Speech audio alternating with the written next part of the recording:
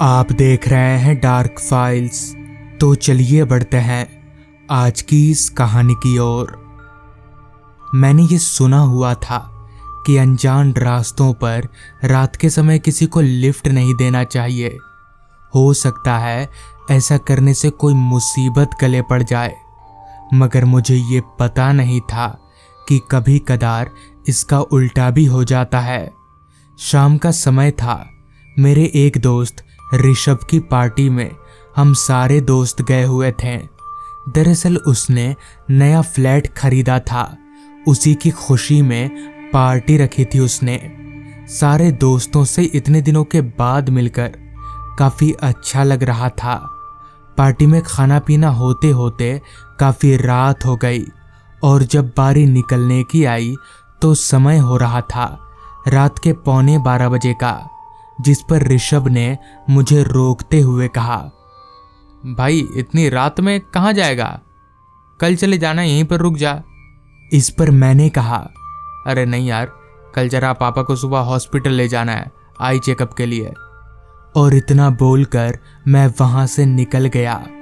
Car चालू करके मैं जब रास्ते पर आया तो एक बार के लिए तो मैं कंफ्यूज हो गया कि कहीं मैं गलत रास्ते पर तो नहीं आ गया, क्योंकि रास्ते पर मेरी कार के अलावा और कोई गाड़ी नजर नहीं आ रही थी।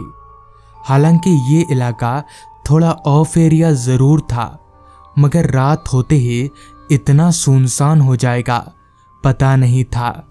एक बार को तो मैंने सोचा कि वापस ऋषभ के यहाँ लौट जाता हूँ, मगर फिर सोचा कि अब जब निकल ही गया हूँ तो घर चला जाता हूँ।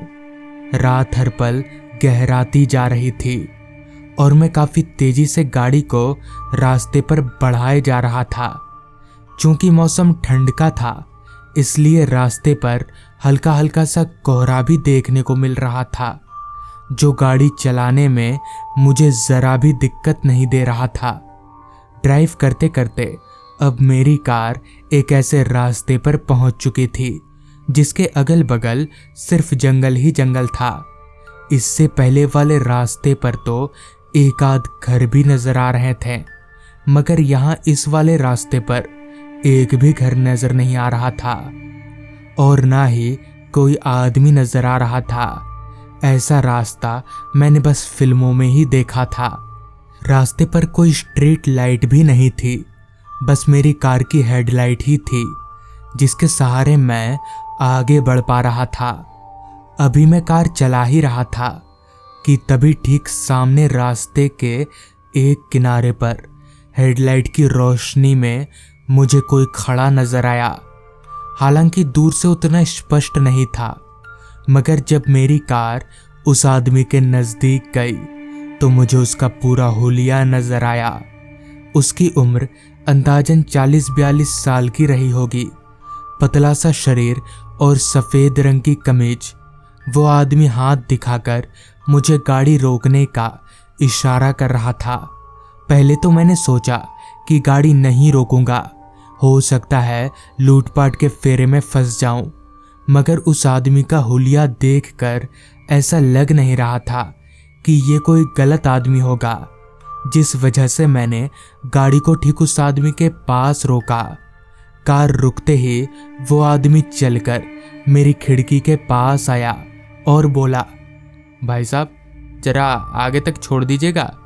मैंने अपना सिर हाँ में हिलाते हुए उसे गाड़ी में बैठने का इशारा किया। वो आदमी दूसरी तरफ से आकर गाड़ी में बैठा और मैंने गाड़ी को आगे बढ़ा लिया। रात हर पल गहराती जा रही थी। जहां थोड़ी देर पहले तक 11:15 बज रहे थे, वहीं अब समय हो रहा था 1:15 बजे का। वो आदमी चुपचाप अपनी जगह पर बैठा बस आगे देखे जा रहा था। रास्ता उसी तरह से सुनसान और घुप अंधेरे में डूबा हुआ था। तभी मैंने उस आदमी से कहा, आप इतनी रात गए इस रास्ते पर क्या कर रहे हैं? इस पर उस आदमी ने कहा, दरअसल यहाँ मेरा घर है और फिलहाल मैं किसी काम से जा रहा हूँ, पर आप इस रास्ते पर इस वक्त क्या कर रहे हैं? इस पर मैंने कहा, मैं भी किसी काम से ही आया था। यह रास्ता हमेशा ही इतना सुनसान रहता है क्या? इस पर वो आदमी बोला, हाँ, ये रास्ता हमेशा ही ऐसे ही रहता है। आपको पता नहीं है क्या, ये रास्ता भूतिया है? इस पर मैंने कहा, भूतिया मतलब भूत प्रेत भटकते हैं क्या? उस आदमी ने हाँ में जवाब दिया। बचपन से ही मैं भूत प्रेत इन सब चीजों पर विश्वास नहीं करता था, जिस वजह से मैं जोर जोर से हंसने लगा। मुझे भूत प्रेत ये सब बातें बकवास लगती थीं। इतने में ही वो आदमी बोला, मैं भी आप ही की तरह हंसता था, पर नहीं, सच में इस रास्ते पर आत्मा का वास है। हालांकि ऐसी बातें मैं अक्सर मजाक में लेता हूँ, मगर वो आदमी ऐसी गंभीरता दिखाते हुए बोल रहा था कि मैं चाहते हुए भी इसे मजाक में नहीं ले सका। सन्नाटे को चीरती हुई मेरी गाड़ी आगे चले जा रही थी। जैसे जैसे रात बढ़ रही थी, ठंड भी अपना रंग जमा रही थी। अभी हम लोग आगे बढ़ ही रहे थे कि तभी सामने रास्ते के एक किनारे पर मुझे एक औरत खड़ी नजर आई। अभी मैं उस औरत की तरफ देख ही रहा था कि तभी बगल वाली सीट पर बैठे उस आदमी ने कहा, उसकी तरफ मत देखिए, वरना वो हमारे पीछे पड़ जाएगी। उस आदमी की ये बात मुझे काफी अजीब लगी कि आखिर ये ऐसा क्यों बोल रहा है। मैंने उस आदमी की बात को ज्यादा तवज्जो नहीं दिया और कार को ठीक उस औरत के पास रोका। अभी मैं खिड़की का शीशा नीचे गिराने जा ही रहा था कि तभी मेरी नजर उस औरत के पैरों पर गई, जो कि उल्टे थे, यानी पीछे की तरफ मुड़े हुए थे। मुझे मेरी आंखों पर यकीन नहीं हो रहा था। जिंदगी में ऐसी चीज मैं पहली बार देख रहा था। तभी उस आदमी ने कहा, जल्दी जल्दी गाड़ी भगाओ, जल्दी। उस आदमी की बात सुन मैंने तुरंत गाड़ी भगाना चालू कर दिया। गाड़ी को आगे बढ़ाकर मैंने जब साइड मिरर से पीछे देखा तो वो औरत वहीं पर खड़ी थी। उसके खुले लंबे बाल हवा में लहरा रहे थे। उसकी आंखों में एक अजीब सी चमक थी। खैर, मैं तेजी से गाड़ी भगाता रहा। इसी दौरान वो आदमी मुझसे बोला, देख लिया ना, कहा था आत्मा है, अब भुग तो। उस आदमी ने अभी इतना कहा ही था कि तभी गाड़ी के बैक वाइंडशील्ड पर ठक ठक की आवाज होने लगी। मैंने पीछे पलटकर देखा तो वही औरत अपने खून से सने हाथों को थपथपा रही थी। मुझे समझ नहीं आ रहा था कि अब क्या करना चाहिए। ये कैसी बला मेरे पीछे पड़ गई है। तभी उस आदमी ने कहा, पीछे मत देखो, तुम गाड़ी चलाते रहो, वो हमारा ध्यान भटकाना चाहती है।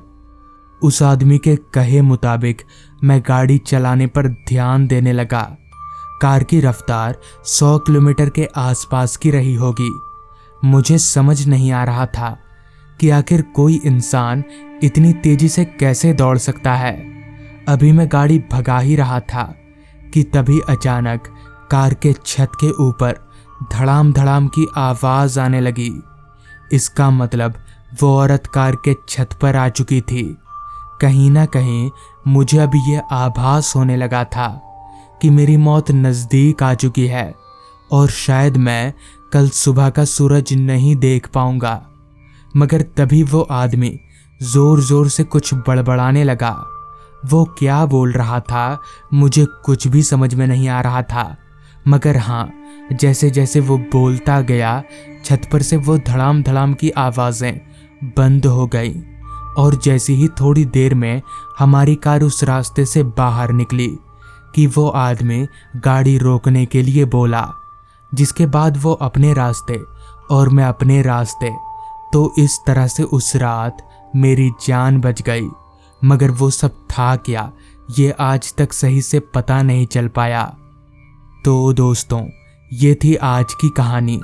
अगर आपको ये कहानी पसंद आई हो तो चैनल को ज़रूर सब्सक्राइब कर लें।